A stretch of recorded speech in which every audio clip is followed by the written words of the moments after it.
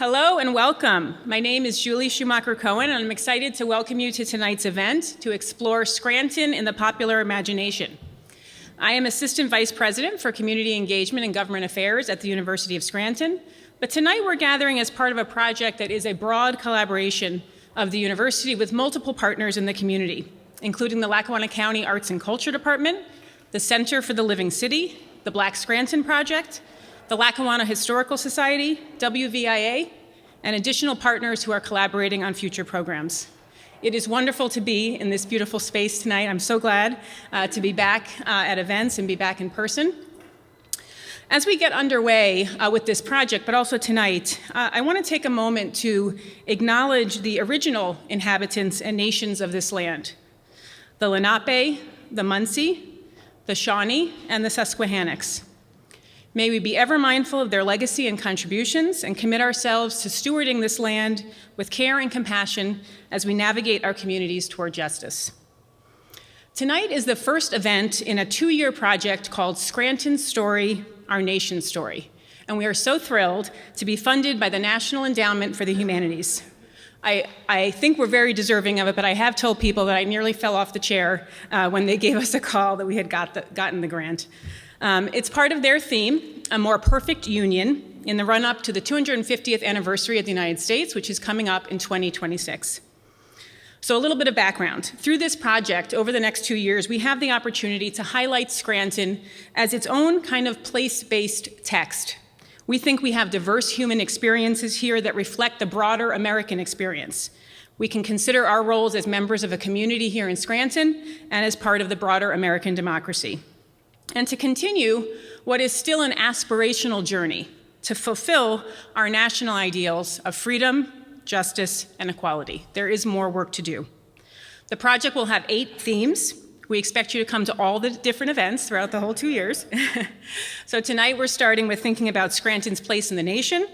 Then we'll move to the U.S. citizen and the American founding, the indigenous history of Northeastern Pennsylvania, which I referenced, industrial economic expansion, immigration, both past and present, our religious and ethnic tapestry, the Underground Railroad and the work to reclaim our local Black history, and a culminating theme that will help us to discuss education for democracy into the future. We will have a lot of different events, but we also are very excited about an oral history collection that will happen throughout the project that will help us to catalog a diverse array of Scranton stories. Why are stories so important? I think of the Irish-American author Colum McCann, who said, "The one true democracy we have is storytelling. It goes across borders, boundaries, genders, wealth, and race. Everyone has a story to tell." And why look back? Why focus on our history, the triumphs, but also the trials? James Baldwin, the great African-American writer, has said, "History is not the past, it is the present. We carry our history with us." So we believe that in telling Scranton's story fully and completely, in sharing underrepresented stories, that we can grow stronger as a community here and as a nation. And I think we also have unique tools to do that here in Scranton: empathy, community, generosity, and resilience. So tonight, again, we reflect on Scranton in the popular imagination. For those of you who are walking in a little late, we had a slideshow that tried to show some of the eclectic ways that we show up, from, of course, quirky TV shows like The Office, and now all the way to the White House. And most of us have had some experience of being in a taxi or an Uber where you say you're from Scranton and some conversation ensues. But tonight we're going to say, how are we portrayed and what is the authentic story of Scranton? So I'm excited to do that tonight with our keynote speaker, Jay Parini, and 3 distinguished panelists. I want to give a special thanks to Hank Willembrecht. He will be introducing our speakers and moderating this evening. He organized tonight's panel along with our planning committee, Sandra Myers of the Schemmel Forum, Maureen McGuigan of the county, and Teresa Gritano and Carolyn Bonacci of the university. A couple last housekeeping notes. You will have a chance to ask questions, and we'll bring a microphone out when it's time to do that. Again, I'm grateful to the NEH for their support, but I also want to note that any views expressed tonight do not necessarily represent those of the National Endowment for the Humanities. And so now I'm glad to turn things over to Dr. Hank Willembrecht. He is assistant professor in the University of Scranton's English and Theater Department. Hank.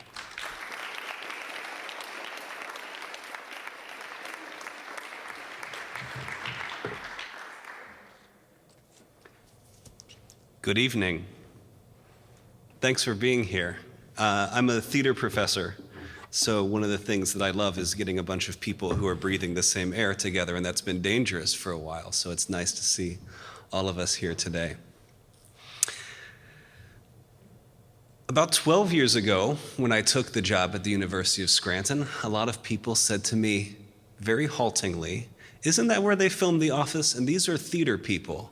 So they know that television shows are not filmed in the places that they're set. They're filmed in Southern California, where the weather on the show looks a lot better than the weather here." Yet, there was something about that connection that struck me. Scranton as a touchstone in that show is only one of the latest examples of how our region is iconic in the popular imagination of the United States. Scranton gets name-dropped, referenced, referred to over and over again, whether that's in Harry Chapin's 30,000 Pounds of Bananas, the film Baby Mama, or in Langston Hughes's poem One-Way Ticket, which I first encountered in the epigraph to Isabel Wilkerson's magisterial The Warmth of Other Suns. And I'll quote from that now. "I pick up my life and take it with me, and I put it down in Chicago, Detroit, Buffalo, Scranton, any place that is not north and east and not Dixie." Baldwin speaking here about the Great Migration between 1915 to 1970 of Black people out of the South to the North and East, and I note that he did not choose Scranton just to make a rhyme. Tonight, we'll join together to investigate and share visions of where we are and across disciplines. You'll hear tonight not only from our distinguished guest, Mr. Parini, but I'll also introduce several other distinguished speakers who will talk about history, the built environment, literature, and our shared connection and how we are portrayed and how that portrayal exists with and sometimes in tension with where we actually live. So before I introduce Mr. Parini, some logistics. We'll begin with that keynote speech. Then I will invite our panelists up and introduce them one by one. They'll each speak for about 5 minutes. We'll have a Q&A with Mr. Parini and our panelists. And then we're going to end with one of the things that I really enjoy, which is a little speed round where I'll just ask some kind of quick questions to our panelists and Mr. Parini and get some kind of quick answers to end the night. We're hoping to end around 8:30. So once again, thank you so much for coming, and let me now introduce Jay Parini, who was born in Pittston, went to college in Easton, and then to Scotland. He's currently the D.E. Axinn, I'm going to hope that that's right, professor of English and creative writing at Middlebury College in Vermont. A prolific author of more than 30 books, Mr. Parini has published biographies, novels, books of poetry, and nonfiction. His most recent work, Borges and Me, An Encounter, was lauded as one of the great books of our time and a delicious treat. Mr. Parini's novel, The Last Station, about the last years of Leo Tolstoy's life, was adapted into an Academy Award-winning film starring Helen Mirren and Christopher Plummer, and has been translated into over 30 languages. Scranton is a reoccurring character in his work, especially in his poetry. So if you'll permit me one more poem, I'm now going to read, I think it's a little appropriate, The Lackawanna at Dusk. Here is a river lost to nature, running in its dead canal, across the country, scumming its banks. I lean out over the water, poking my head through rusty lace of the old rail bridge and blowing my spits out into the swill. A slow wind ushers the homely smell around my head. I breathe its fumes in whirlpool eddies. Odds of garbage and poisoned fish inherit the last red hour of light. A ripe moon cobbles the waters. Mounds of calm burn softly into night. Mr. Parini.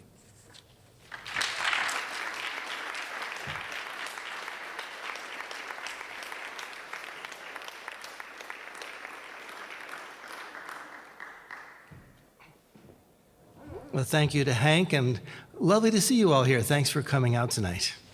I'm more than delighted. I was really honored when I got a call from Julie and Sandra Myers and others suggesting I come and do this, and I'm more than happy to come back to my hometown. As I say, I was born in Pittston and then raised in West Scranton from the age of 4. I went to elementary school, Alexander Hamilton, number 19, and then down to West Side High School, where I was class of 66. And I've come back to Scranton endlessly over the years, endlessly. My mother lived here pretty much until the end of her life, and she only died a few years ago, so I used to come here constantly, and I still have a lot of relatives in Scranton, and I come back frequently. And as you know, once you're from Scranton, you're really from Scranton, right? It's like I always love it when they say in the papers, a native Scrantonian. We all know what that means.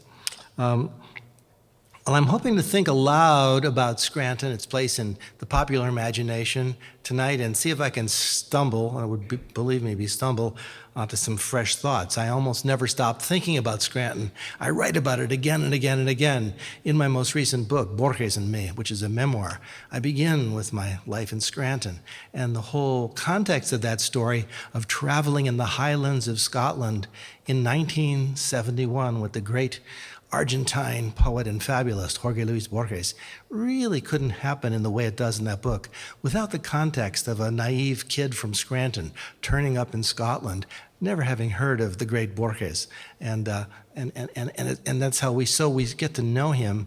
But it's almost a literary device through this ignorant kid from Scranton who's wondering, who is this strange old guy that I'm stuck with? The jokes, as Hank has said, keep going on about Scranton. We've all heard them before, and I won't spend too much any time on that. We know the jokes, but the truth is, I don't think there was every year when I didn't come back to Scranton, and I don't think of it as a joke. I think of it as a seminal American place with real American values, and that's what I want to talk about tonight. One of my most vivid memories.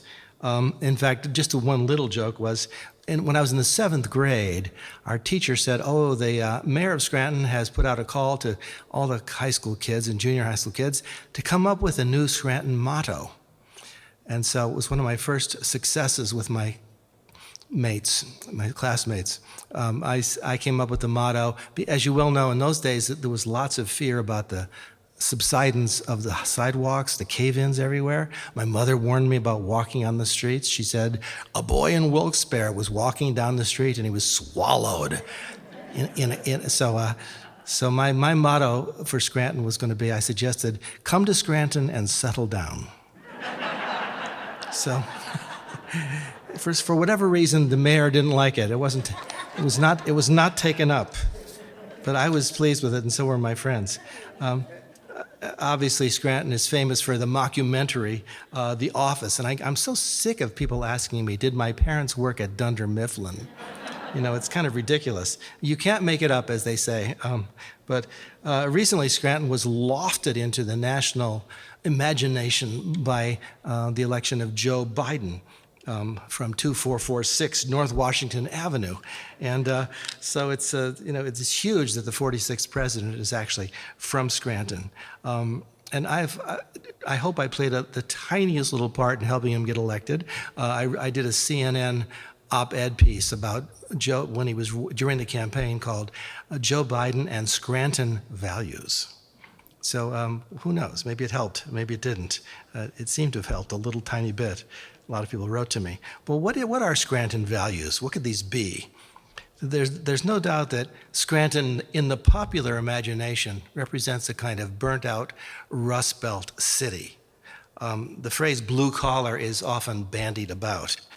Although, has anyone ever really seen anyone with a blue collar? I'm not sure that really works. But it's not a false picture. Our history, in a nutshell fashion, is the story of industrial rise and fall. Perhaps we're famous for our industrial past because it's so past, emblematic of a decline that's been characteristic of hardcore industrial production in the Northeast and the Midwest throughout this century. I'm thinking about Pennsylvania and parts of New York, Ohio, Wisconsin, Michigan, West Virginia, where coal and steel especially, and automotive, as well as, of course, here, anthracite mining and large-scale manufacturing once thrived. Well, Scranton plays a very big role. I know this is going to be explored another time in this conference, and that's important. We did have a few textile mills and small businesses in the early 19th century, when this town was called, as you all know, Slocum's Hollow. I always love that. It sounds like something from a Washington Irving short story, doesn't it? And it was settled by WASPs from Connecticut, Puritans. But the look and feel of the city changed rather dramatically from about the mid-century onward. And it's not really just about the coal, that comes a bit later. The early industrialization of Scranton was really about iron and steel. And these industries grew the population who smelled jobs. You came here to work in the iron and steel factories. In the 1840s, two brothers, Selden and George Scranton, moved here from New Jersey. And they rightly saw that a railroad boom was happening, and they founded a railroad. And they understood that getting some steel factories going would be important, because then you could make these T-rails that were necessary for the expansion of railroads across the country. The sky was the limit from that point onward. Well, the Scrantons were smart guys, and they themselves, as I said, jumped into the railroad business as well, and founding something called the Lackawanna and Western Railroad, which they built in the 1850s.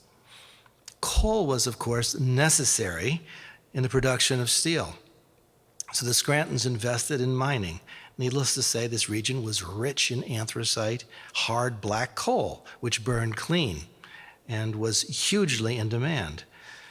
Between 1860 and the turn of the 20th century, the city mushroomed. My own grandparents were among those drawn here in the early 20th century. My paternal grandparents, for instance, immigrated from a place in Italy called Emilia Romagna, and from a little village called Longiano, where I discovered recently that everybody in the town is called Parini. So it's quite strange. One of the great figures in early industrialization was John Mitchell, who was a truly heroic leader of the United Mine Workers. He's famous for negotiating a settlement of the miners with the coal industry in 1902, working with President Teddy Roosevelt.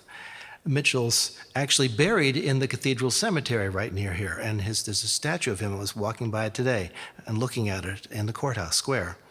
He was apparently a forceful but very considerate man, described by Roosevelt as cool, calm, self-controlled, and polite, earnest and forceful in presenting the cause of the miners, yet never overstepping the bounds of gentlemanly courtesy. And so the city of Scranton played a major national role in the story of labor in this country, and it's something we should always recall and celebrate. The lives of workers around the country in a variety of core industries, such as coal and steel and railway and automotive, were drastically improved because of Mitchell's visionary leadership.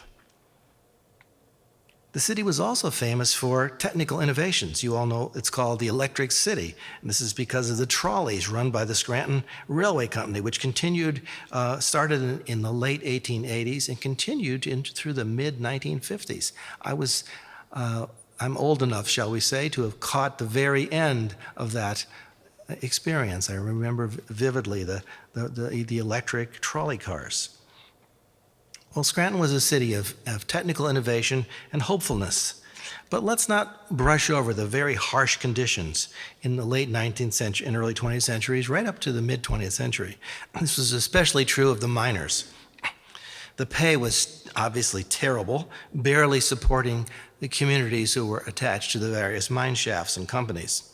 I wrote a novel in the mid-1980s called The Patch Boys, which explores a good deal of this. It's focused on a little patch. Patch was a living area connected to a mining company outside of Exeter, Pennsylvania. That's the setting for my novel in 1925. And it features a large Italian family, which was largely based on the family of my own father. And I suspect many of you, if you're native Scrantonians, have similar stories. Well, this was a hard time for workers of any age in the mines. Children as young as 8 or 9 worked for 14 hours a day in the breakers, separating slate from coal, breaking down large lumps of coal into smaller chunks. They would breathe dangerous fumes, and they had, just frankly, a miserable life, their childhoods taken away from them. I remember wandering through an abandoned breaker myself as a boy in West Scranton back in the mid-50s. It was a haunting structure with blown-out windows and rickety stairs just off Washburn Street, right by the graveyard there. Not a 10-minute walk from my boyhood home, and that sort of image stays in my brain. Of course, the mining and steel industries brought workers from all over the world, especially from Southern Europe and Eastern Europe, and with them came an immense variety of foods, wonderful foods. To this day, Scranton is known for, of all things, of course, its pizza. If you've seen the film The Irishman, you'll be aware that it begins in Old Forge, which still has, in my view, the best pizza in the world. And I'm really not kidding. I dream about Old Forge pizza. And it's terrible about the internet now. For a mere $100, you can have a tray of pizza shipped to you from Arcaro and Janelle's, and I do it all the time. It's kind of crazy. I was delighted, though, yesterday walking uptown to discover a wonderful Mexican restaurant on Spruce Street, Biden Street, and it's delicious Mexican food. So the tradition continues of amazing ethnic foods in Scranton.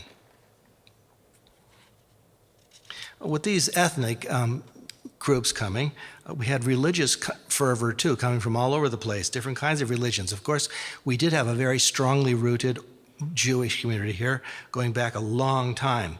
And Catholic churches rose everywhere in the city and its surrounding villages, including the Polish National Catholic Church, which is really rooted here. Page 5, 6.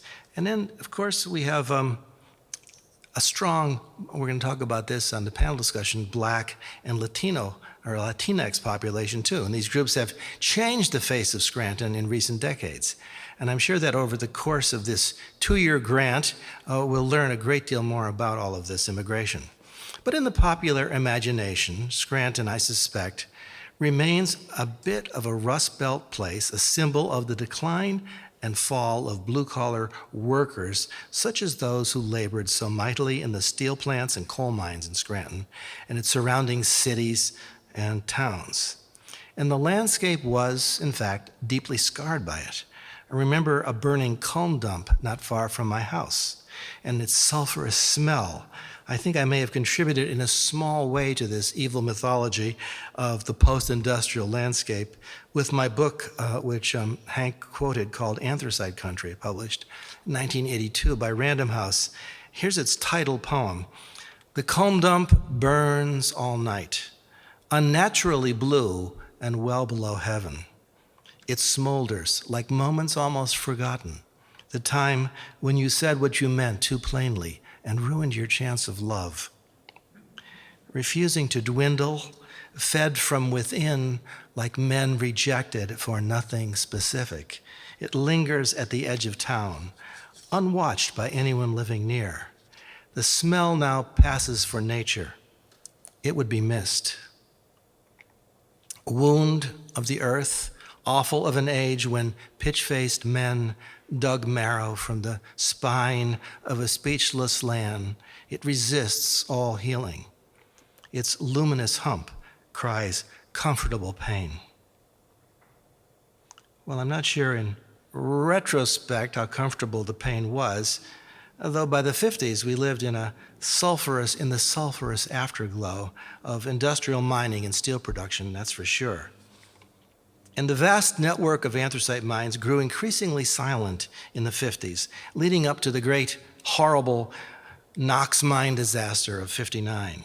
Miners were then ordered to dig under the Susquehanna without the necessary precautions, and the river flooded into a sequence of interconnected mine galleries.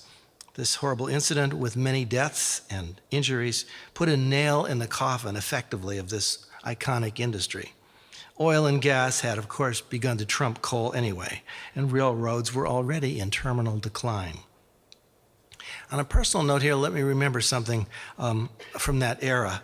It was June 10th, 1966, the day I graduated from Westside High School. I was actually giving a talk that night at the graduation about the history of coal mining in Scranton.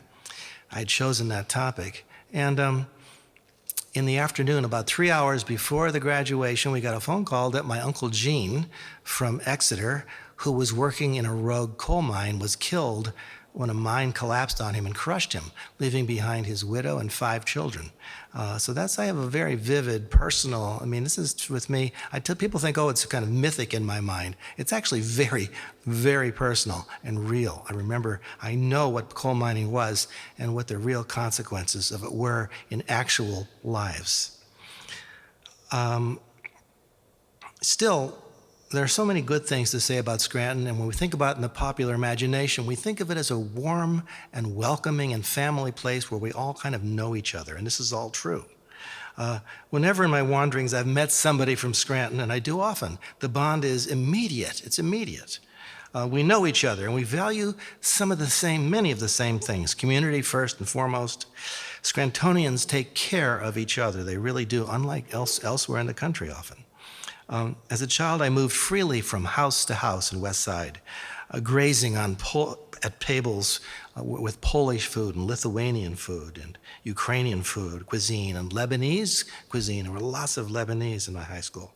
Italian food has been a constant in my life right from the time of my childhood when I would go and visit my grandmother at her little house in Exeter, PA, and she would be slicing the pasta with her little razor blade, and on the stove would be endlessly cooking her ragu, which was made from rabbits that she shot with her shotgun from her back porch in the backyard. People don't believe me when I tell them this. They say, you're making this up. This can't be true, but it's just true.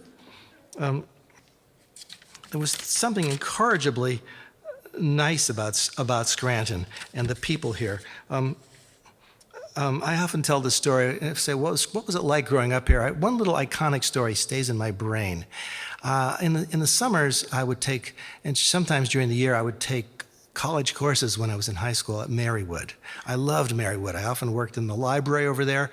I've had a long-standing affection for Marywood. And I got to know some of the nuns. And one day, one of the little nuns, a Sister Louisa, said to me, Jay, we're only allowed 2 pair of shoes, and one of mine has gone weak in the heels.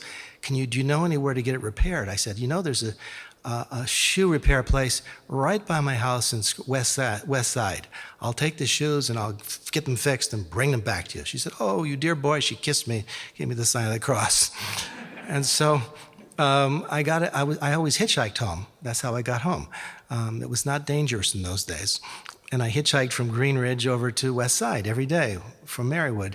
And a guy picked me up, and he was dressed in a suit and tie. He was about 40-something, and he seemed very anxious. His hands were shaking. And I asked him how he was doing. He said, my mother died, and I'm on my way to her wake at the funeral parlor. I said, oh, that's horrible. He said, where are you going? I said, just take me up to Main Avenue in West Scranton and drop me off. So I was kind of freaked out by this guy who seemed very upset. And I got home, and as I got home, I was sitting there at dinner. My father came home from work, and I suddenly go, oh, the nun's shoes. I'd left them in the car. And my father, who was a very calm man, said, Jay, you don't have to worry. How many dead ladies are there in Scranton right now? And so he got out the Scranton Times. We looked all through the funeral section. And it turned out there were 13 corpses being laid out that night in Scranton. 13. So my father said, put on your suit and tie. We're going to some funerals. So he drove me around to corpse house after corpse house. And he waited outside in the car. It was at the 9th corpse house, as he called it, where I went by how many people. I said, I'm so sorry about your mother. I'm so sorry about your mother. And finally, I was so relieved, the 9th one, there was the man. He had like a green luminous suit, never forget it. And I said, excuse me, but I left a bag in your car. He goes, the shoes. And he pulled them from behind the casket and handed them to me. And so that story somehow stands in for what it was like to grow up in Scranton.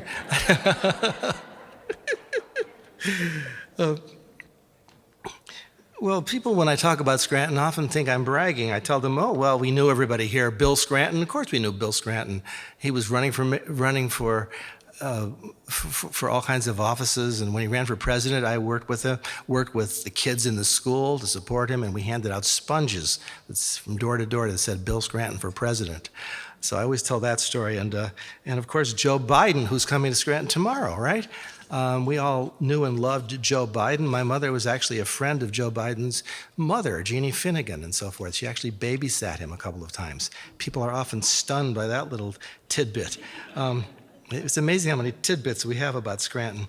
And when you think of all of the people, when I always tell people who think of Scranton as not an intellectual place, I say, well, let's just go back to West Scranton. I lived on South Rebecca Avenue, and within, say, 5 miles of my house when I was 5 years old, up the block about a mile was B.F. Skinner, probably up there with Sigmund Freud as one of the most important psychologists of this country, founder of the school of psychology called behaviorism, professor at Harvard for 50 years, and clearly one of the great intellectuals of the 20th century, a towering intellectual force in modern thought.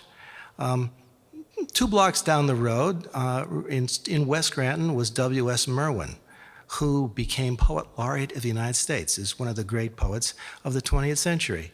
On and on, you can think of the people who were living around there. Jean Kerr, great playwright. Mary was living nearby. I was only this morning thinking of the great novels by Tim McHale, who graduated from Scranton Prep. Principato, Farragut's Retreat, written in the 70s. Of course, there's Jason Miller and William Kotzwinkle. The names just, everybody will have a long list of names, but these were all people in this period, in our times, shall we say, who were raised in Scranton and came out of Scranton. But of course, we'll be talking about Jane Jacobs again later, and especially as this conference continues, author of The Death and Life of Great American Cities, a marvelous book published in 1961. But what does all this say about Scranton? In my experience, it's really not an easy place to define. The popular image of Scranton as the Rust Belt burnt-out place is, I think, hopelessly out of date and kind of wrong. The question of how Scranton will evolve in the national imagination seems to me a good one to be asking now. And this isn't just boosterism to say that this is a valley, beautiful valley, rich in its traditions and its people, and that the surrounding landscape has immense appeal, and there's just so much to build here on build on culturally. Going forward, I think there's a lot to explore. The rise of a vibrant Black population, for instance, remains a pretty unknown part of the Scranton story. And I think we've not fully dug into our Native American past. That's something I'm trying to do myself in some work I'm doing just now. But every time we grew up in Scranton with these names on our tongues: Susquehanna, Lackawanna, Tunkhannock. These are all great Indian names, Native American names. I'd like myself to know a lot more about the Kapoose Clan of the Lenni Lenape tribe, also known as the Delawares, who had extensive interconnecting villages around this part of the country, Scranton and Lackawanna County. And they spoke a variant of the Algonquin language, and they lived here for actually centuries.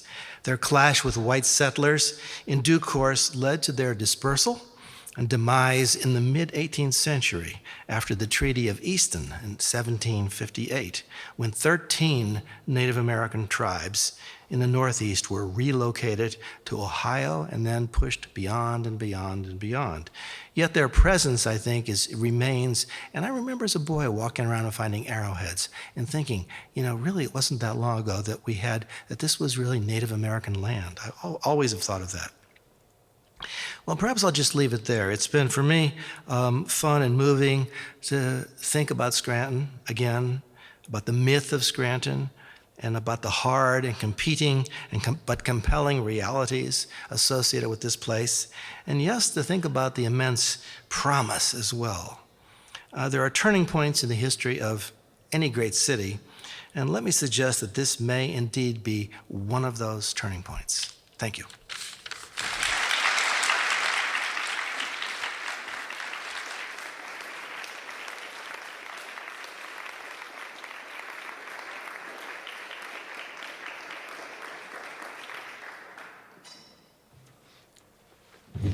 Thank you. Let me now invite up our panelists to come and have a seat on the stage. Yeah, come on up. Speaking first will be Glynis Johns. Glynis is the founder of the Black Scranton Project, a nonprofit organization, local heritage initiative, and public history venture dedicated to archiving and celebrating the Black history of Scranton and Northeastern Pennsylvania. Ms. Johns received a BA and MA in sociology at St. John's University and was highlighted as one of the most influential women in Northeastern Pennsylvania in Happenings magazine. Thank you, Glynis.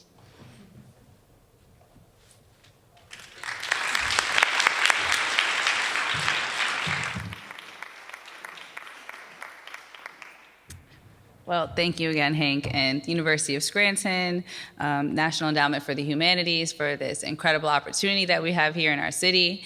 I, like we said, am the founder and CEO of the Black Scranton Project, so I do a lot to reclaim the Black American history that is here in the city of Scranton, that has been here from at least 1800 from what is documented. And I think that's quite interesting to think that when the Slocum brothers were here, they had quote unquote companions, which two African-American men who were enslaved ended up gaining their freedom by 1830. And then by the 1850s, free Black men working in the city of Scranton. One of those men, his name was Henry Stark. I'll save that story for another day. But I think it's really interesting that we think, changing the popular imagination of Scranton, that Black folks can't be from this city. And if we are, we're transplants, we're from somewhere else. And that is not incorrect. But I also think it's interesting that there are Native Black Scrantonians here who have been here and contributing to the community in a lot of different ways. And so I wanted to take the opportunity to talk about one story that kind of relates to neighborhoods, that relates to the city, rebuilding, changing our popular imagination of this city as a community. So when I was thinking today about a story that I wanted to share about the city of Scranton, I really thought hard about what that could be, and something that we don't always take the time to think about, or how it actually, we can show the development of our communities. So in 1911, the first Black man to be a naturalized citizen through Scranton's naturalization courts, it's kind of a mouthful to say. His name was Thomas E. Howes. And when I found him in the local newspapers, I thought it was so fascinating, because when we think about, the immigrants that are coming here at the turn of the century, we don't always think about what Black immigrants would be like, or even if it's a possibility to come to this area. I didn't think about that, essentially. So Thomas E. Howes, he was from British Guyana. He came here in 2011, I said this before too, in 1907. And when he got here, he moved to Albright Avenue over in North Scranton. This is important to note because in the early 1900s, in the late 1800s, Black folks were only able to really live in the downtown area of the city of Scranton. In between Spruce Street, you have Oakford Court and Raymond Court, between Penn Avenue. So all these little alleys and courts that you kind of see, Dix Court, Lee Court, these are areas that the Black community was living. Why? Because real estate at the time wasn't available to the Black community. So they were living in small little apartments, little shanty, converted stables for horses, things like that. Not the best places to live, but what was available at the time. When Thomas got here, he moved onto Albright Avenue, and he worked for the most successful Black business in the city of Scranton called G.W. Brown Dray & Co., which is essentially a trucking and hauling company of today. So he worked under George W. Brown and ended up being a bookkeeper for his company. And so once he became a naturalized citizen in 1911, in March of that year, by May of that year, he decided, I wanted to purchase a home. And I'm going to do so, not in the courts and alleys of downtown, because he said himself that he's never lived in the slums and the courts and alleys, and he's not going to begin to do so. So he purchased a house on Prescott Avenue in the 500 block, to be specific, and he decided to move in. He got all his things, he moved his family into the hill section. It was a matter of hours when the community started to see their new neighbor and were not happy with that. The whole 500 block of Prescott Avenue collectively was like, we do not want this black man to live here. You are going to ruin our property values. What is that going to mean for our neighbors? What is it going to mean for our kids? Are you going to be violent? We can't have a Negro living amongst us. No can do. So the 500 block of Prescott Avenue decided that, what if we raise some money and convince this man to move out of the city? It was all over the newspapers, big headlines through the Scranton Times, every day for about 2 weeks talking about this whole fiasco. So one headline that grabbed me, and I found this in 2018, about a few years ago. The headline said, $1,300 to get Negro out. And I was immediately just thrown because I was wondering, like, what was this? It was very brass language. And so reading it, the residents of the Hill section collected their money together and got together at what is now Prescott Elementary School and said to him, hey, we have $1,300 for you. Would you consider moving out? Because we don't want you to live here. You're doing nothing for our community. You're better off downtown. This is not for you. And Thomas E. Howes, he says, I've never lived in the courts and alleys before. I'm not going to begin to do so, but if you raise $3,200, I'll consider it because, you know, it costs this much money to purchase the house, the down payment, the moving truck. So let's see, you know, if you can do that. 2 weeks later, they came up with the money. They returned back to Prescott Elementary School. They sat down and they said, hey, we have all of your money. We have testimonies. They were interviewing people for the paper, asking neighbors how they felt about it. They asked the man who sold them the property. He said it was fine. He had the money. Upstanding citizen, has a good job. I sold him the property, you know? And that was kind of nice to see. So they end back up at the school. They sit down, newspapers are there, reporters, packed house. It wasn't just the community, the neighbors anymore. It was like the entire city trying to see what was going on. So they sat there, they had presented with the cash, all the money, and they said, are you ready to move? And he said, absolutely not. I'm able to live here. I'm going to live here, and so you have to deal with it. The newspaper said the entire auditorium like passed out in their seats, like fell out, was like, what is going on? And following it a little bit longer, probably the stories continued probably for about a week or so after that, talking about what's been going on. They wrote in the paper that his neighbors wanted to put a fence around his property, white on one side, black on the other. People were throwing bottles at their property, leaving signs, just being disgusting. But Mr. Howes, he held his ground for about 10 years. He lived in that property. He continued to work in the city of Scranton. He ended up opening his own trucking and hauling business. But after about 15 years from following him through the city directories, he moved to Philadelphia and had a business there and continued his life. He passed away in 1959, I believe, in Philadelphia. But I tell this story because I really think that Thomas E. Howes did a lot to help integrate the Hill section and make it the diverse community that we see today, because he really went through a lot, having to deal not only with terrible neighbors, but also the city said that the Scranton police were giving him some protections. I'm not 100% sure how far that went because they never disclosed on what that would look like, but reading the story about this black man who became a naturalized citizen of the United States here in Scranton, literally got off the boat and came to Scranton. He was nowhere else, chose this as his city to live, and had to deal with all of those things months after becoming a citizen of the United States.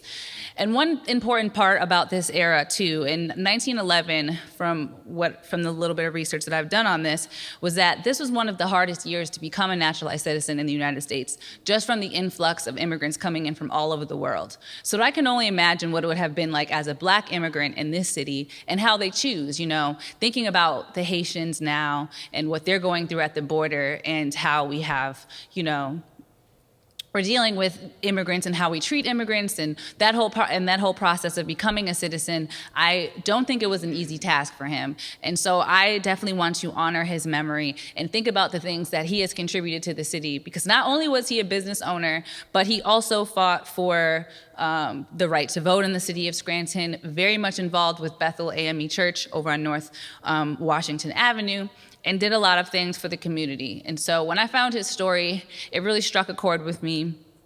And I tried to get him a marker back in 2018 with PHMC. Didn't quite pan out, but it's still possibilities. We can still remember him in the Hill section.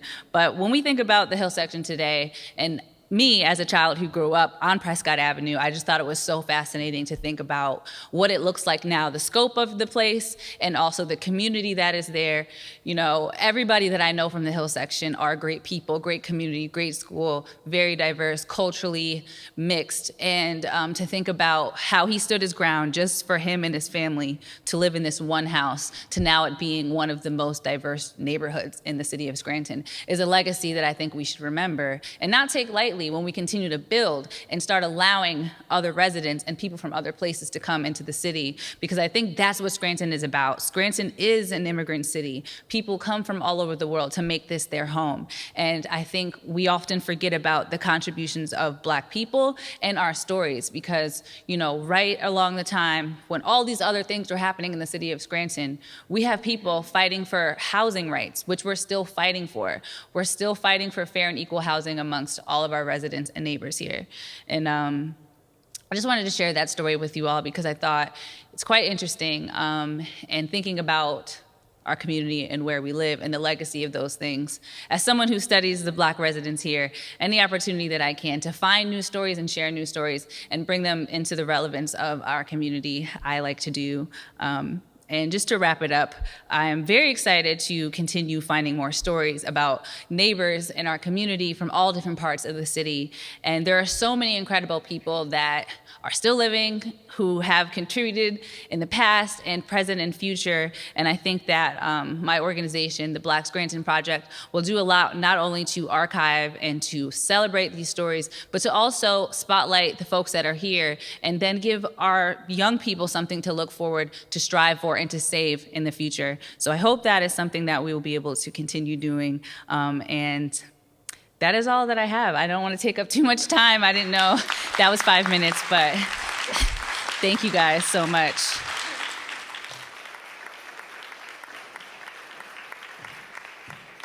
Thank you, Glynis. Our next speaker is Joe Kraus, who's a professor and the chair of the Department of English and Theater at the University of Scranton. A self-described faculty brat, Dr. Kraus holds an MA from Columbia University and a Ph.D. from Northwestern University, a fiction and creative nonfiction writer. His recent book, The Kosher Capones, tells the fascinating story of Chicago's Jewish gangsters from Prohibition into the 1980s and is published by Northern Illinois University Press.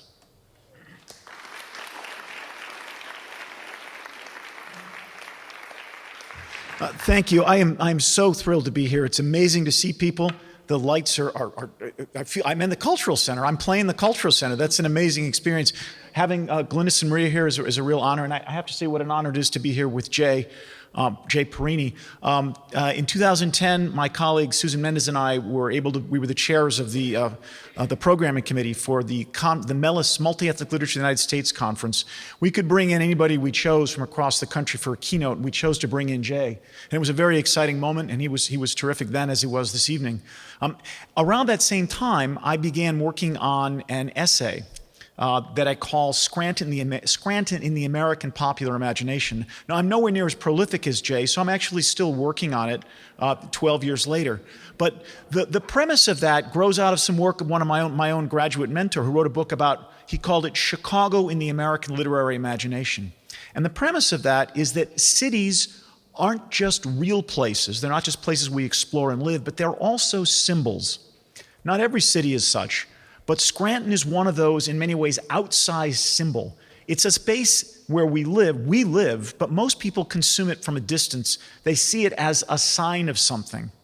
And the question I have, and I'm trying to unpack as I explore different kinds of references to Scranton across the decades of popular culture, literary culture, is what does that symbol mean? What's it like? How do we unpack it? So if you look at the earliest references to Scranton from the middle 19th century, it's a place of innovation. You get a lot of stuff in the early journals about scientific mining developments, new drill bit designs, elements that really indicate a sense that this place is going somewhere. There's a kind of excitement about what might yet come, what might be. You look a little more recently, of course, and it's somewhat different. There's a new book out, one of the New York Times top 10 books of 2020 by Ayad Akhtar called Homeland Elegies. And there's a remarkable moment, and I know that Sandra, I don't know if the rest of you are familiar with this yet, but there's a remarkable moment. He tells the story of, he's talking at this moment as he's reflecting on his life, but he chooses a moment 25 or 30 years earlier when his car broke down in Carbondale, or Clark Summit it was, and he wound up being towed to a local garage where a corrupt sheriff steered him to his uncle, and he wound up being scammed out of about a $500 operation. It was an unpleasant activity. Hey, there's crime everywhere. I can vouch for it as a Chicago guy. But for him in Scranton, the experience was traumatic. He was not merely here getting scammed, but he was sort of stuck in the city wandering around. He talks about seeing shuttered factories. He talks about being at, I believe it's Thai Rock Thai restaurant. He doesn't name it, but it seems to fit the description. And looking out the window and seeing a cop kind of nudging somebody who's collapsed into the gutter and discovering that it's a dead body. This is the Scranton he sees. This is the symbol he recurs to even today in a book that just came out last year. So Scranton as symbol, it's got two extremes. This center of innovation where brand new things are happening and anything is possible, and this sense of a city that is somehow decayed. And what I'm interested in tracing is how we went from one to the other, and not just that, in a symbolic fashion, how both of those can be true at the same time. How it's not just, as Jay says, it's not just a blue-collar place. It's a place that seems to be full of potential that is drawn over with a kind of despair, with a kind of decay.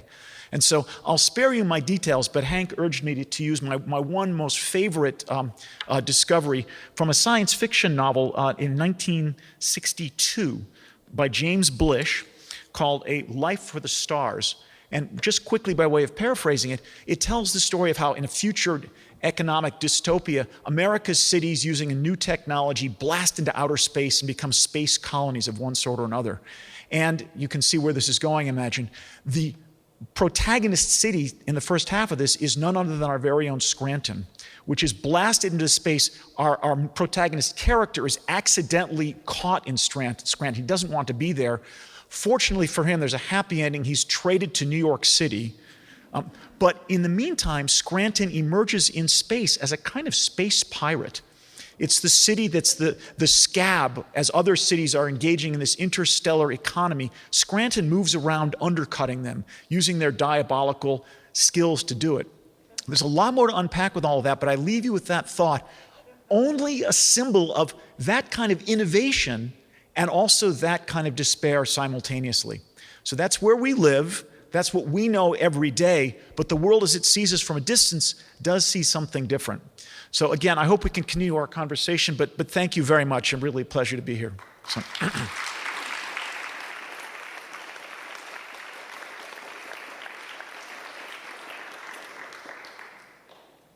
Thank you, Joe.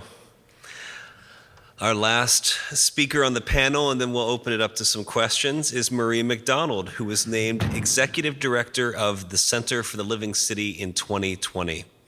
The Center for the Living City was founded by the influential urban theorist, who we spoke about a little bit earlier today, and Scrantonian Jane Jacobs. Ms. McDonald is also a founding faculty member of the School of Architecture at Marywood University. She's also a practicing interior architect and the director of the Interior Architecture program. Maria.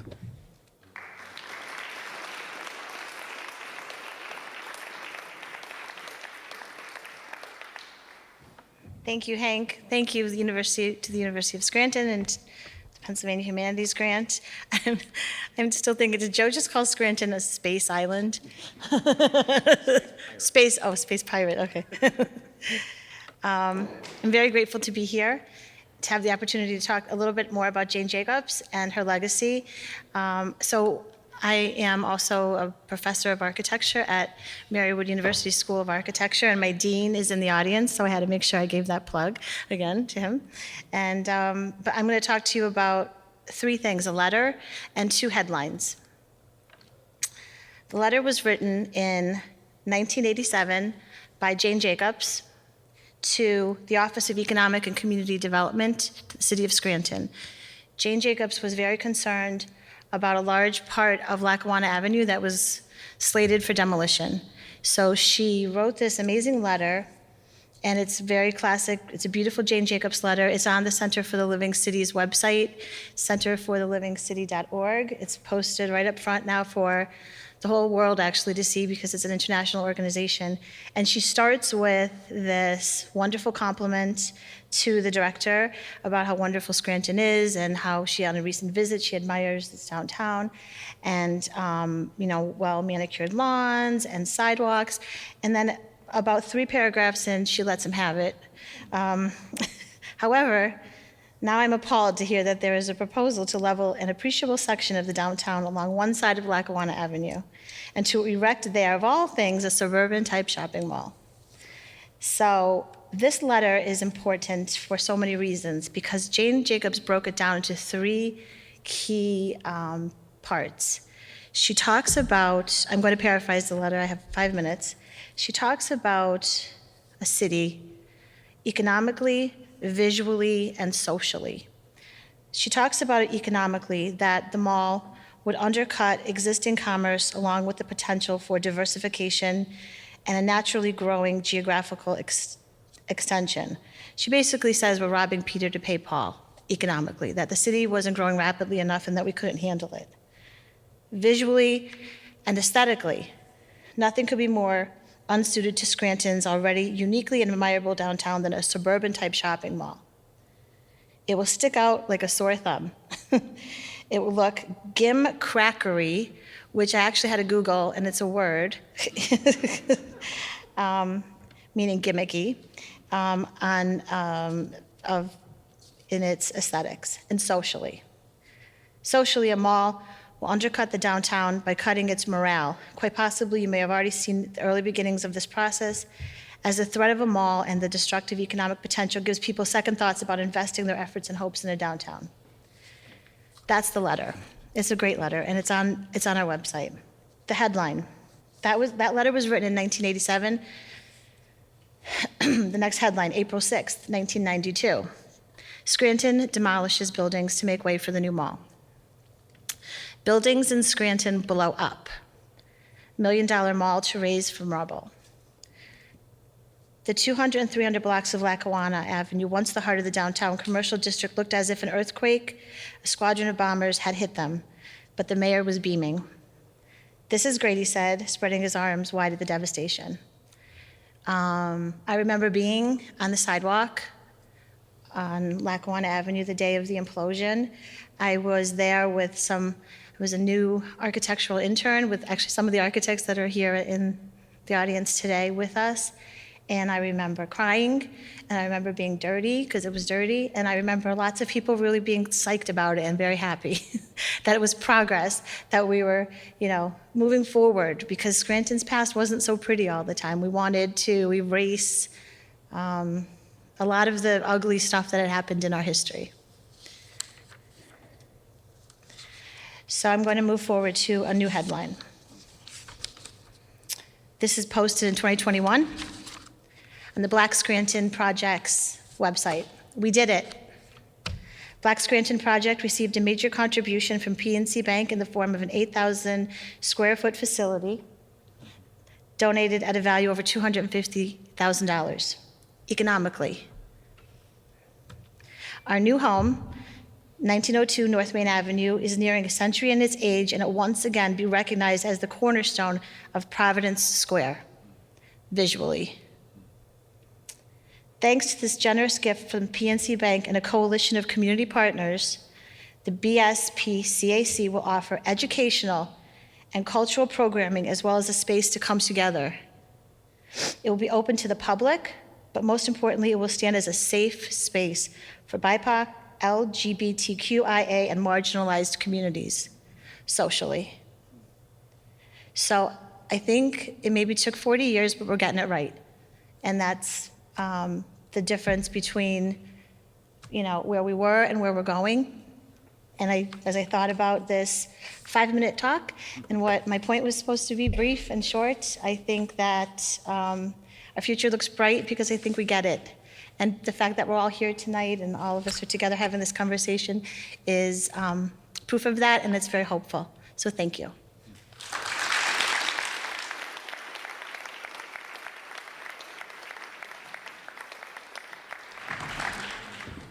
Thank you all. What wonderful reflections. And so now we'll turn it out to the audience, and if you all have any questions that you'd like to ask to any of our wonderful speakers this evening, and here comes the microphone.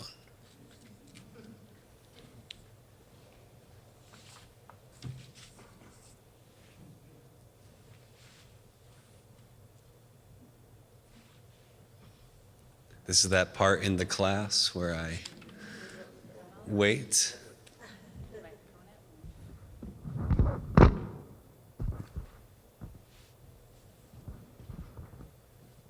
Thank you all for a very illuminating and helpful insight into Scranton. I'd like to expand Scranton and describe the region, the Northeast, and say what we've seen is a common decline in what I call the intermediate cities of the Northeast. The Buffaloes, the Rochesters, the Syracuses, the Hartfords, the Bridgeports, the Scrantons, the Wilkes-Barres, etc. And the migration out to the Southwest, California, and the Southeast.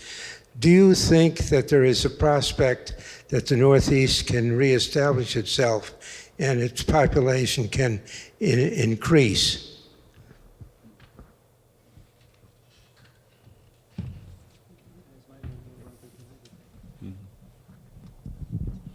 So I definitely believe that Scranton's population can increase, and I also think that there is a lot of potential in terms of revitalizing our education system, leaning into more sustainable types of job opportunities.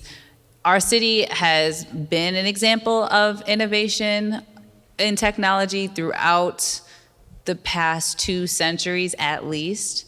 And I think we have the ability to lean into more, like I said, green, sustainable options and be innovators in that way.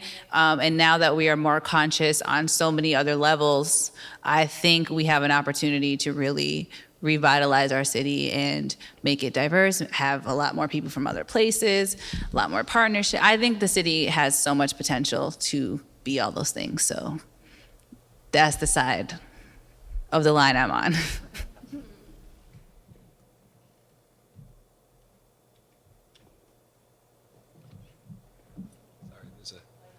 Hand over there, yeah, sure.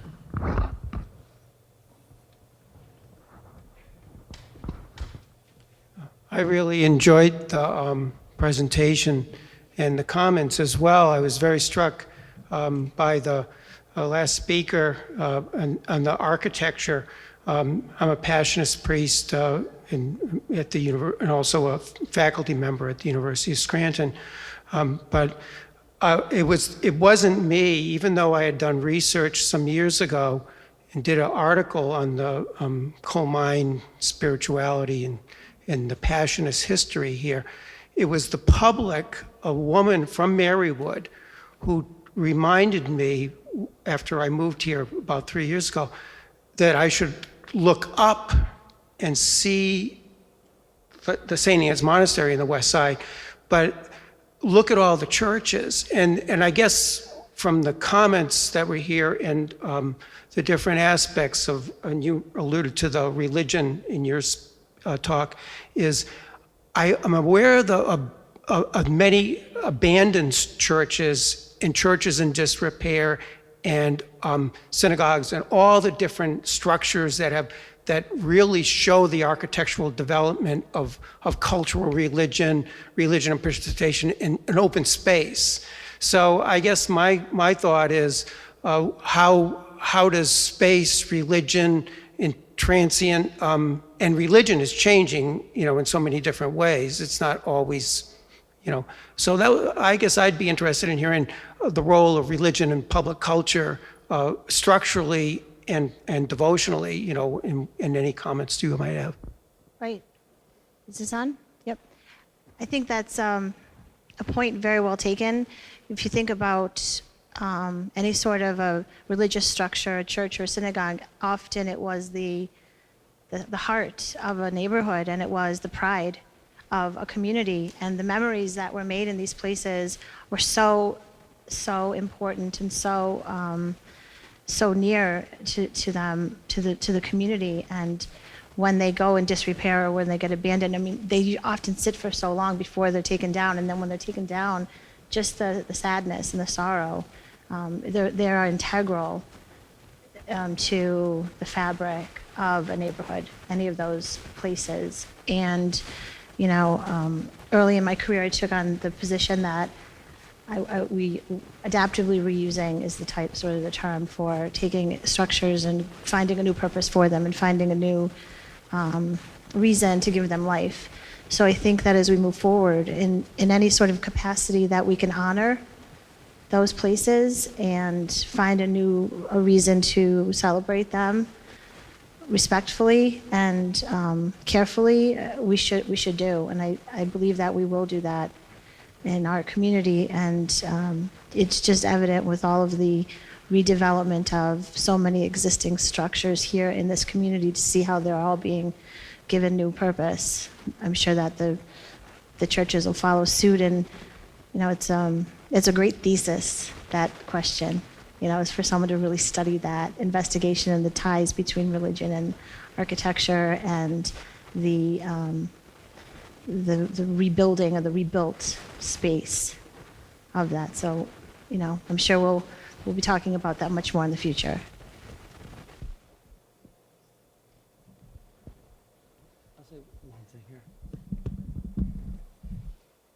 I'll just say one thing. I was yesterday when I drove into Scranton, I thought, I haven't been in some time to West Scranton, so I'll go over and see what it's like.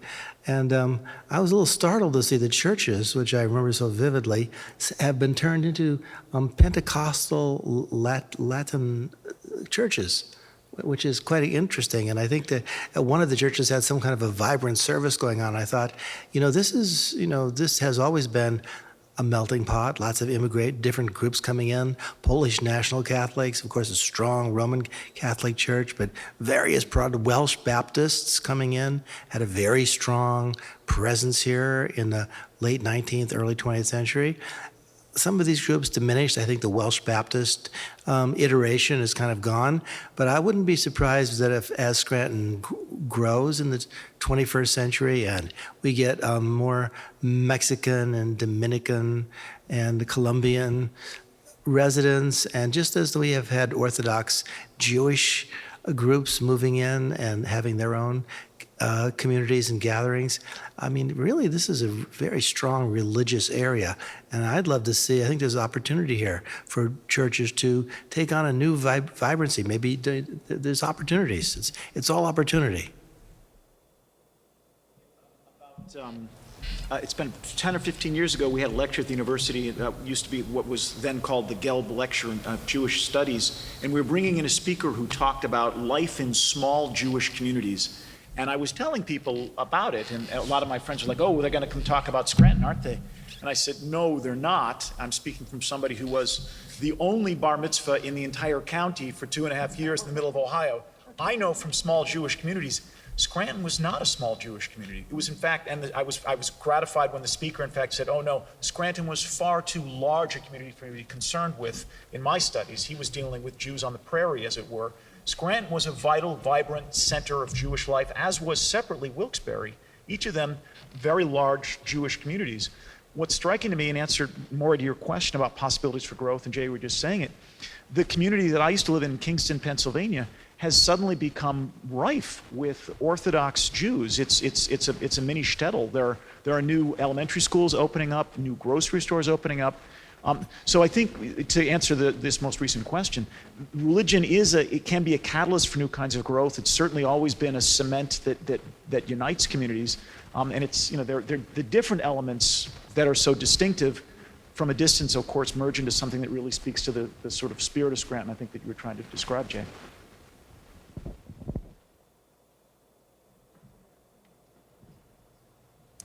I see 2 hands. You can come up and use the microphone if you like to, yeah.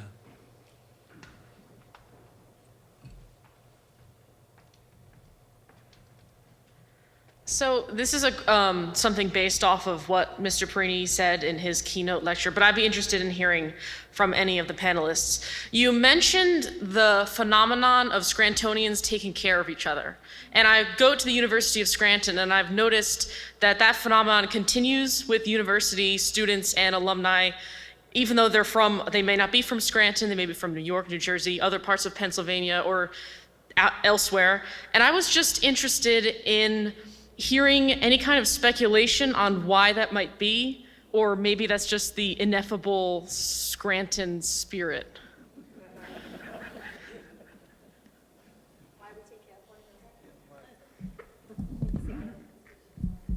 Go ahead, please.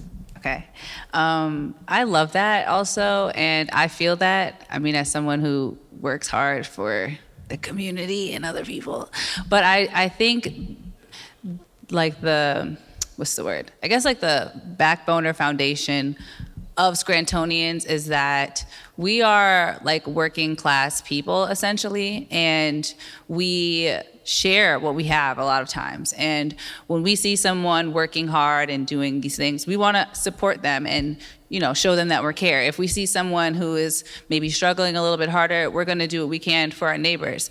That is one thing that I've lived in a few different cities and towns in New York and things like that. One thing that I did find is that Scrantonians take care of their neighbors and look out for them and ask how it's going and all these things. So I think that is just a characteristic of like who we are. I don't know if it's in like the water or whatnot, but it is something that I really appreciate about this. And I think about the story that I mentioned before, that story doesn't represent who we are and who we can be and who we've proven to be.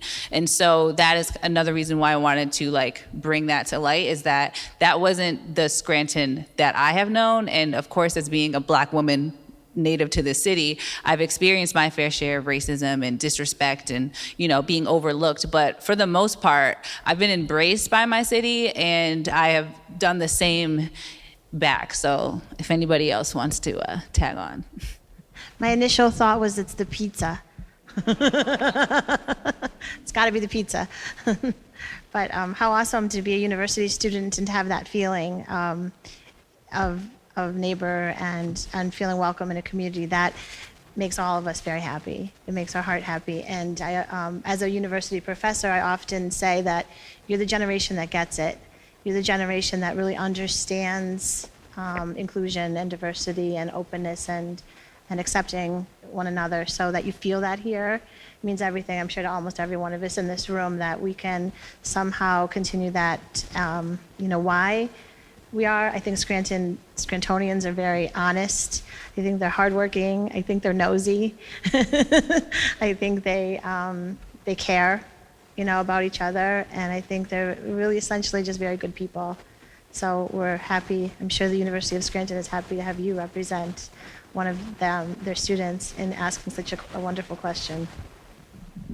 I just will add, as somebody who grew up in Scranton and has always lived in New England, but has come back for half a century endlessly, it's just, the experience is just vivid. It's empirical. When you go from New England back to Scranton, everybody's warm and friendly and asks me how I'm doing and talking, helping their neighbors. And in New England, it's just unfortunately not the case. As they say in Vermont, many are cold, but few are frozen.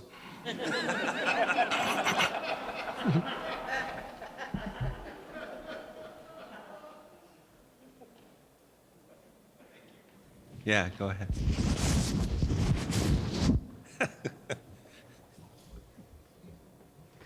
Hi.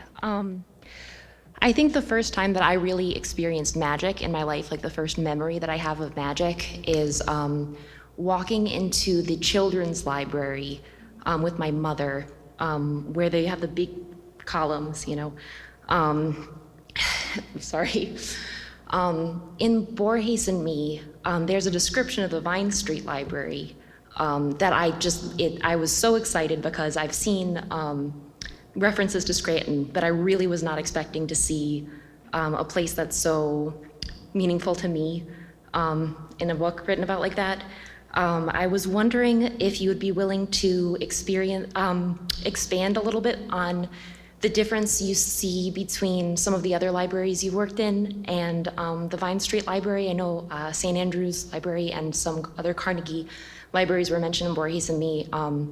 But yeah, and it's open for everyone really, because I just was so psyched to see that reference. Yeah. I'd like to get other people to say things, but I'm glad you noticed that in my book, Borges and Me. I talk about the working in the libraries here. And in my childhood and growing up, the libraries just meant so much to me. In fact, my second home as a kid was the West Scranton branch of the Scranton Public Library. And there was a little old lady librarian there called Mrs. Godfrey. And after school, I would frequently, that would be my first stop. I'd stop there on the way home from school, and Mrs. Godfrey always had the books lined up for me. And she said, now, where are you? You're halfway through that Robert Louis Stevenson. Here's where you should go next. This is his next great book.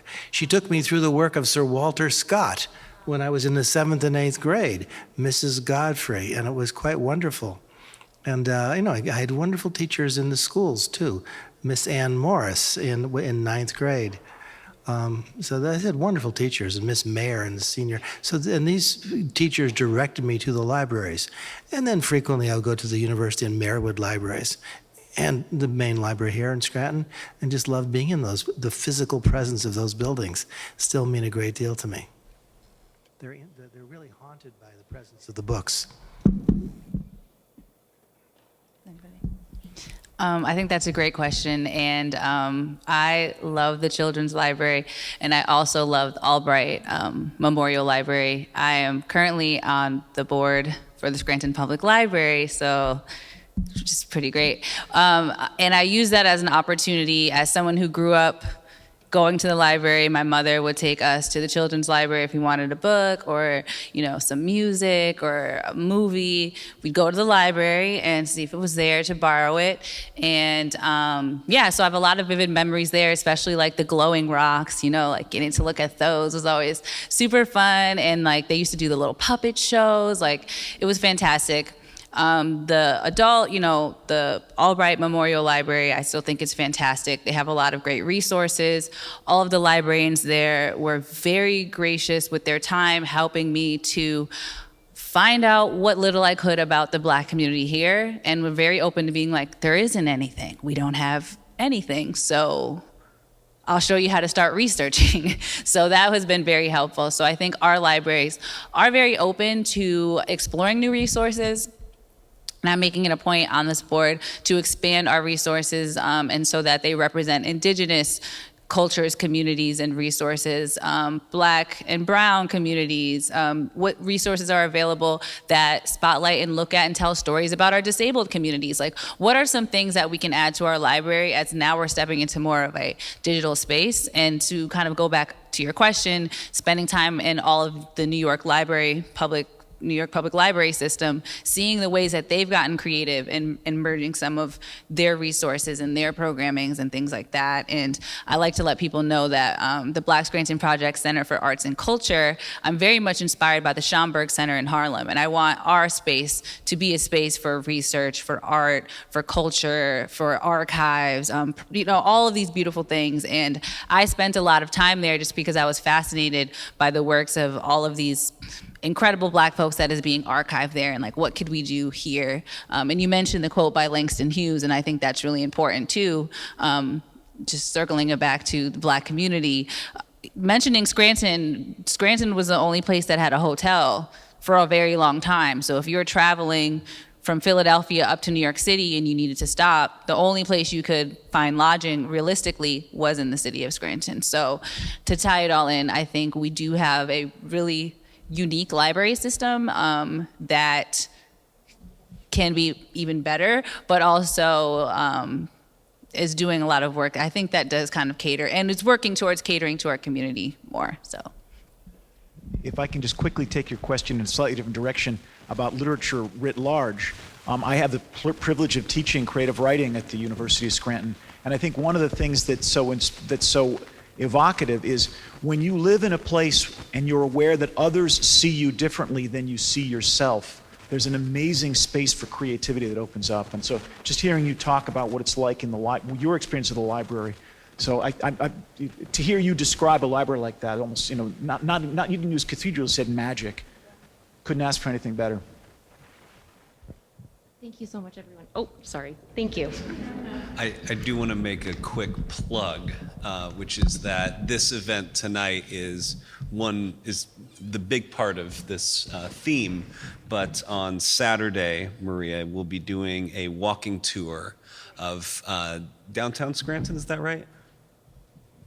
Yes, we will be hosted. Center for the Living City and University of Scranton and other partners are, and the Fringe Festival. Mm-hmm. Connor wanted to make sure I mentioned the Fringe. We'll be hosting a Jane Jacobs walk. Wayne Evans will be our narrator, our moderator, and the walk, we meet at the AFA Gallery at 1 o'clock on Saturday, and it will walk up and down Lackawanna Avenue, actually talking about the buildings that have remained and what's becoming of those structures, and of the mall itself right now, what's happening with that. So thanks for reminding me about that. Of course. I think I see 2 more questions, and then we'll go to the speed round. Hi. Shout out to West Side Library. I grew up there too as a kid. Mrs. Godfrey. I have a comment on 2 of the things that people were discussing before I asked my question. One was that someone asked whether this area could be, if there was a potential for this area to be growing in population again.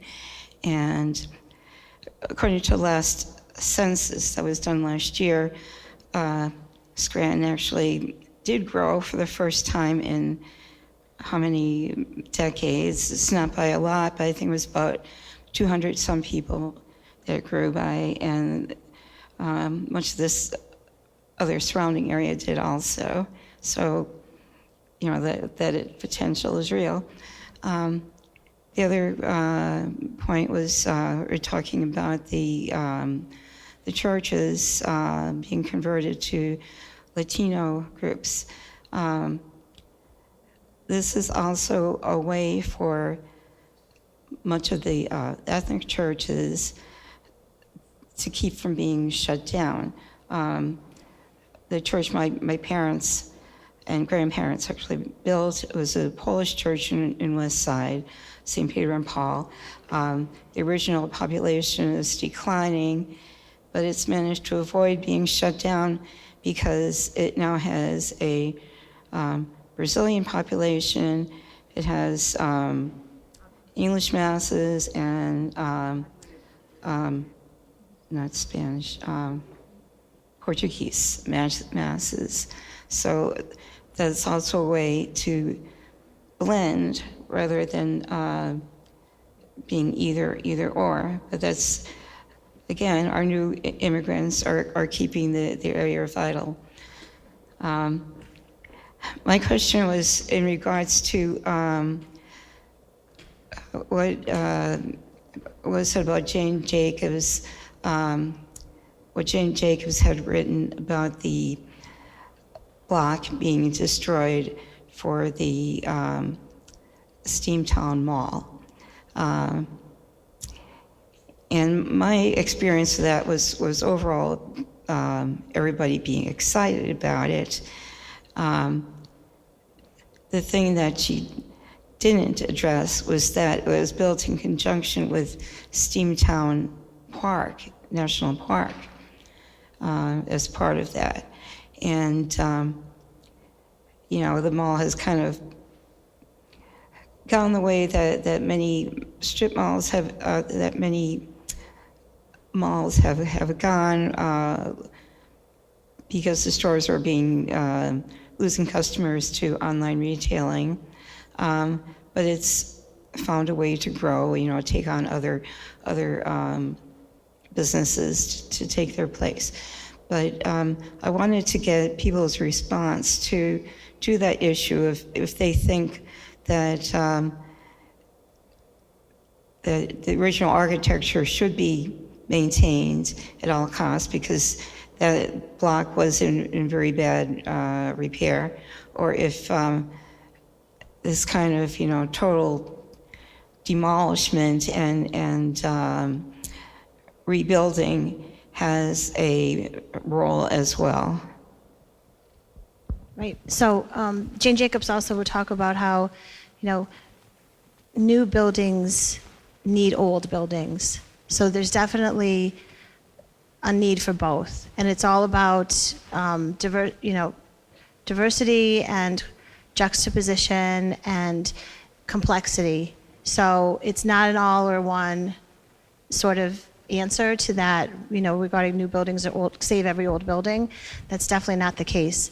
And I think it's very interesting. I really should speak more highly of what's happening with the mall currently. I think is really fascinating because it's becoming everything that I guess Jane Jacobs, or what we would hope it would become. It's becoming mixed use and flexible and inclusive, and local businesses are there, and it's like, there's dentist offices and there's stores and there's an aquarium, and it's it's all these kind of interesting uses in just a vessel. So the building itself just stands as like a container for the city sort of taking it back and owning it again as its own organic extension of the community.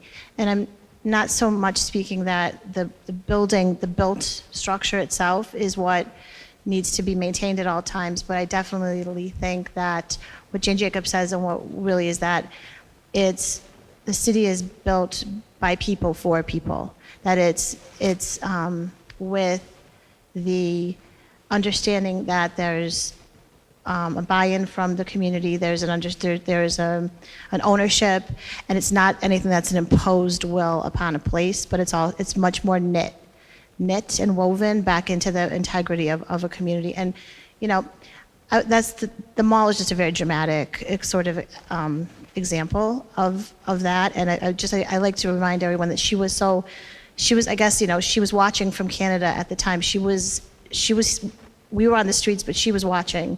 I think she felt that maybe we forgot that she was from this community, because in that letter she writes, "Why am I so unsolicited to, offer this advice?" Or, you didn't ask for this advice, I'm writing it to you.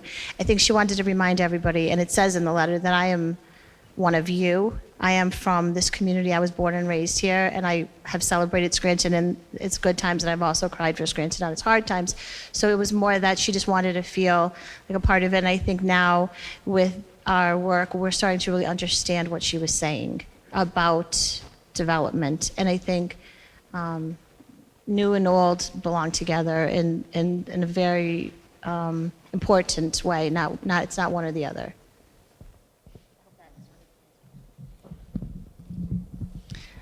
I'll just add on really quickly, sorry.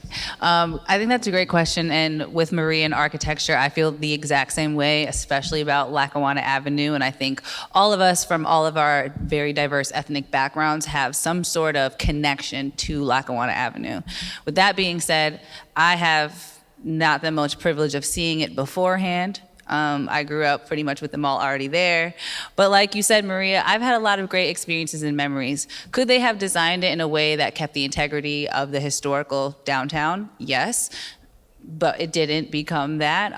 But I do think moving forward, we can use what happened with the mall and all of its iterations and evolutions to say, how can we reclaim these buildings, even if it's just keeping the facade and then making it modern on the inside or what have you, because I think it's really important. And I think the architecture in the city of Scranton is some of the most beautiful in the country. I might be biased because, this is our city, but I think it really reflects so many different things, different styles, different eras, just different art, and just knowing the different types of architects who's worked on a lot of the buildings here, learning about our Center for Arts and Culture and the bank and those architects and the materials that went into it and the intention and all of that. Those are stories that make our city so unique. And I think when we just tear them away, you don't realize you're also erasing a community. And as this project develops on, I'll talk more about how the Black community has literally been erased in the downtown, and you just see the skeleton of the community as parking lots and parking garages. And so then how do we turn that as what it is, the skeleton, into remembering our community. So the buildings that were destroyed were actually some of the early church places for the Black community before we had Bethel AME Church over on North Washington. So then what does that mean for us when we go down that street and try to look for where we are practicing worship for community? Because in earlier questions, we were talking about what church means to community. And historically, the Black church has meant food, education, safety, community, worship, all of those things, not just the church. The structure was for housing. It was all of these things. And that's not different from the Lithuanians or the Welsh or the Polish or the Irish. That was, those things. And as we grow as a community, as we grow as people, buildings also grow. And so to use our building again, it's like we're turning this former bank into a space where now we can literally archive and save in a vault in this bank that's meant to save precious things. Our community is something precious, and I think being able to save this beautiful stone property from being demolished or turned into something else, but now converting into a space that we can say, hey, look at all the cool things that this bank has done for us. Look at all the cool things that this bank is doing for us now. And look at all the cool things that we can do for ourselves and our kids, and give this space more life. So that's how I kind of turned it back into the Black Scranton Project Center for Art and Culture, but it all ties into our story at the end of the day. And I think if I had any say, I don't think we should tear down any more buildings on Lackawanna Avenue. I think they're great. I think we could figure out ways to fill them with more life and do some things. And I think the Marketplace at Steamtown has done a lot for artists and small businesses, and with the medical center and things they're doing in there, I think they're doing a pretty cool job. They also believed in my very first exhibit when I was just like, you have all these empty storefronts, can I just tell some local history? And they were like, absolutely, that'll be a cool thing to do. So I think they are really trying to embrace the community and see how we can showcase all of the unique things that we have to offer. So that's what I have. Thank you. I think we had one. Do we have one other question? Yeah.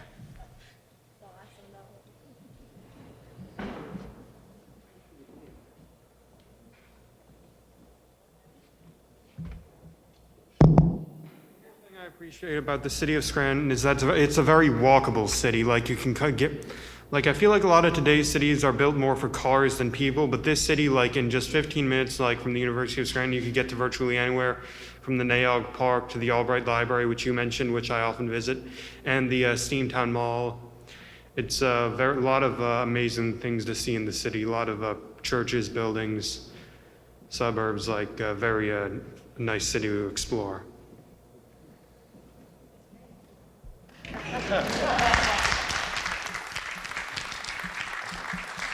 All right, so we'll end with that great note with just so I'm just going to ask few quick questions, and we'll send this off.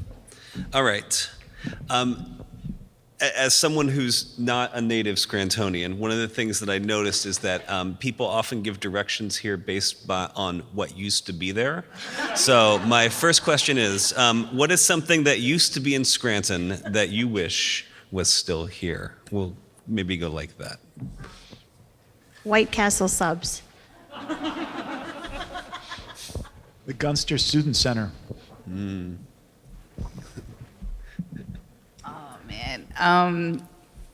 I've been roller skating a lot recently, so a rink. Can we get a rink in Scranton, like the Icebox Skateaway? Back in the day, they had Town Hall. There was a bunch. Now we have 0, so let's bring one back. I love that. I remember I always loved walking by the banana factory, banana warehouses, and the smell of bananas and fruit. That sounds lovely. All right. Excuse me, that is the first thing Jay asked me when I met him. Is the banana building still here? That's great. Banana building. When someone comes to visit you from out of town, where is the first place that you take them for a Scranton experience? The paper company building. There we go. Okay. Not really, but. Yeah. Well, we often interview architects that are moving into the area to come to Marywood to work in our School of Architecture, and so we like to tout, our beautiful architecture. Actually, I have one of the architects that's here in the audience, your friend Miguel, who's from Spain, he gave himself a tour of Scranton, and he found his way from downtown to Marywood, and he passed what he said was this beautiful castle across from Mickey Gannon's. And You said that's actually the and we wanted to hire him, so we didn't want to tell him that it wasn't in fact a castle. But it was a prison, yeah. That's great. So we definitely tout the Radisson and the downtown and the beautiful architecture all the time. Yeah. We have a couple of buildings on campus where you can if you turn behind you, you see our campus with its campus architecture and building and educational opportunities. And then when you look out, you can see the houses sort of spilling down the hill. I love that vista. And when I say you want to see what Scranton looks like, it's got sort of all these dimensions at once. And you can catch, just as Teddy was suggesting, you can walk to all of them. It's all right there. Yeah. Well, I guess now I take people to my center. I'm like, let's go to North Scranton. But yeah, like the downtown, before then, I like to just have people walk through the historic Black neighborhood is what I call it. So I usually take people to Center Street, where Adezo is. That's kind of like my favorite little spot, because that's where Scranton's only Black-owned hotel was. So that's what I usually do. Yeah. When lots of friends say, "Oh, I'm going to be going to Scranton on my way south, what should I do?" I give them the address of the Old Forge pizza places. And I have a certain pecking order, so they know. What's something about Scranton that you wish you knew more about?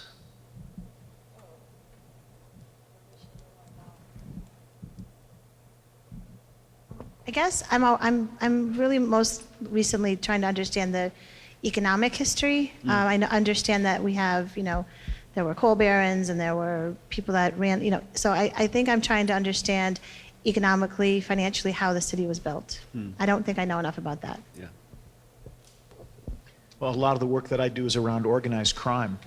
And that's a history that's immediately erased. And so I would love to have been able to just be in the back of one of these barber shops or little small grocery stores where there's somebody taking action out back, and just the not just the economics but the sociology of that, and really even more than that, the folklore of it, the stories that come from that, because it's distinctive every place and certainly distinctive here. Yeah. That's great. I feel like everyone knows the things that I'm looking for. But alongside of my usual research generally, I'm really interested in Black coal miners in the city of Scranton. There's really nothing that exists, but I know I'll be able to find more evidence, or the evidence I find concludes that it just really didn't happen. So that is one thing that I'm still trying to find. And I'm also just generally love to find stories about Black women throughout the city of Scranton, and I've also been trying my hand at some indigenous history as well. So that's what I'm. Yeah, that's great. I'd really genuinely like to know more about the Native Americans here. I think it was something as a boy I was so interested in, and now it's being reactivated, and I'd love to know the details. Well, thank you all very much for an amazing evening. Thank you all for coming.